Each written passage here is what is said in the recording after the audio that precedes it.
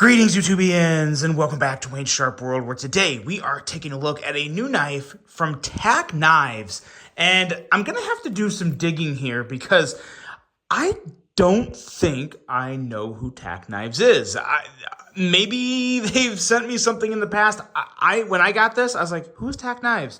Maybe it's a spinoff from another company I work with. I'm not sure. But they had my address. They sent me this, and I was very pleased with what was in here because in this pouch is probably one of the best value knives I think I've ever handled. I can't say it's the best value because that can really get to be granular, but in terms of just overall enjoyment and bang for your buck, this guy right here, the Benji, is just fantastic. Now, I know the big drawback for this with some people is that it is an OTF knife, may not be legal where you live. So I can't tell you if it is or isn't. That's up for you to find out. Do your due diligence, look up your local knife laws. But if you can own an OTF in your state, this thing is, you should literally just go buy one now. And I'm not getting any commission for this video. This is not, this was sent to me for free, but I'm not making a penny off any of these selling. So take that for what it's worth. But in terms of just overall enjoyment and price, good Lord, wait till we get to the price on this guy. It's just phenomenal. It is really good. Before I get into some specs, though, I do want to thank you guys for tuning in today. Really appreciate your support of the channel. If you like what you see, do me a huge favor. Hit that subscribe button, follow along, and I will continue to bring you all of the content. Now, let's take a look at some overall specs on this knife right here. We have an overall length of 5.82 inches, a blade length of 2.16 inches, and a handle length of 3.66 inches. Blade material on this guy is D2, but when we get to the price, you will realize I have no issue with the D2 here. Again, especially the complete package. That's what's really important to focus on here, and we'll kind of regroup what I consider to be the complete package and why I like this so much when we get to the end of the specs.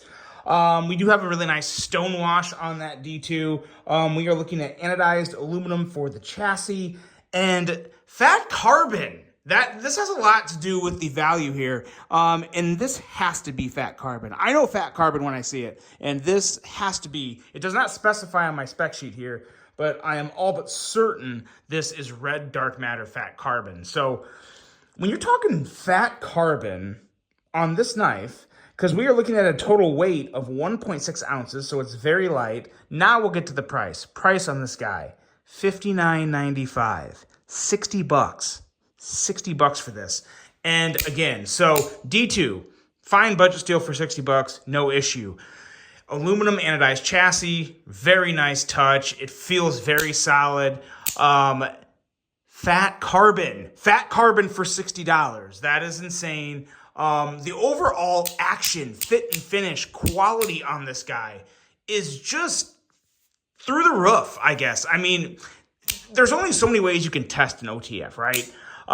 Use it, give it the good push and stab into stuff to make sure that it holds up.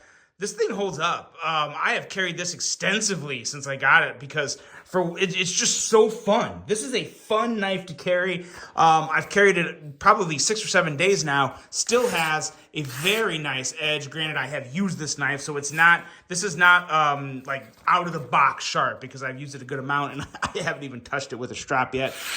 Because I don't even make it as my primary carry either. I usually carry it with another knife. But I mean, just really, really nice edge for an OTF blade too. Usually OTF blades are a little thicker. This one here is coming in actually right around 120 thousandths, so it's not very thick. But again, a very shallow grind. So normally OTFs just don't have the best cutting geometry in the world, and it's a pretty well-known fact. But I tell you what, for me, that's good enough. Again, for a $60 OTF.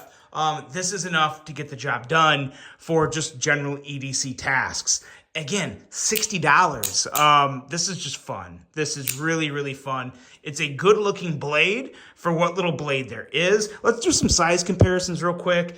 Set it up to some other knives because I think that'll probably help people a lot. I don't really have any other. The only other OTF I have that is this small is my Microtech Exo set, and I'm kind of ashamed to say it, but I can't find it right now. So yeah, I'm gonna look for that after this video because I didn't know it was missing until now, until I needed to compare it with this. But anyway, we have the Kaiser Mini Milita. And as you can see, even the Mini Milita dwarfs this thing. The Mini Milita is a 3-inch blade. So again, we are not looking at a big knife here, but a very, very fun and fidgety knife. The CGRB Rhea, another small knife. Look at that. I mean, this is flirting with a 5th pocket carry. Flirting. I wouldn't call it a 5th pocket carry only because the chassis / handle is just, for me, it's just too long to be a 5th pocket. My pockets are too shallow to carry this in the 5th pocket. But definitely a really great complementary piece, maybe like a coat knife, or a hoodie, like you could carry this in the pocket. A lot of things you could do with it. But it's just, everything about it is done so stinking well. The inlay is phenomenal. It looks great. It takes up a good portion of the front side of the handle, the show side of the handle. Gives it a really, really nice red popping visual element. I believe there's blue dark matter too. Of course, there's a link below, a non-commissioned, non-affiliate link to check these out. But man, oh man, it's just, again, $60 for an OTF, even though it is a little smaller one. It's just all there. It even has a pretty nice clip. Not recessed screws, but they're very flat. No issue at all going into the pocket or out of the pocket. It feels pretty good in hand. Like, again, there's nothing to knock on this thing for a $60 OTF. It's just, it's awesome. And the action, so crispy. Very crispy and smooth. The actuator has just the right amount of jimping up here. You even have some knurling on the top, which you usually don't see. Do I have? Yeah, so like even on like my axial gear OTF, there's no knurling on the top. Now, granted, you don't really need a knurling on the top with this knife, but for a knife this small, while it does have good like stair-step jimping on the sides leading up to it, it's a small base. You know, it's a small platform. So having that knurling, that knurling on the top there really does help to where you can really just kick this thing out. It's just nonstop. Like this is one of the most fidgety knives I've ever handled. For under $100, might be the best. Like, it really might be the most fidgety knife under $100. Again, it's an OTF, so you're not going to be having like all these different deployment methods. There's just one, but man, oh man, is it damn good. Just very satisfying. This is a great little carry. There's actually a drop point blade shape as well. It looks even better to me, so I may have to pick one of those up. For $60, I wouldn't mind it. But yeah, this thing is just cool. It is very, very cool. If you are into OTFs and you like amazing budget knives, and just a knife that, again, this thing isn't made to be a survival knife for some big tank heavy user. It's just a fun little knife to carry around and cut shit open with. But it's so good. It's so good.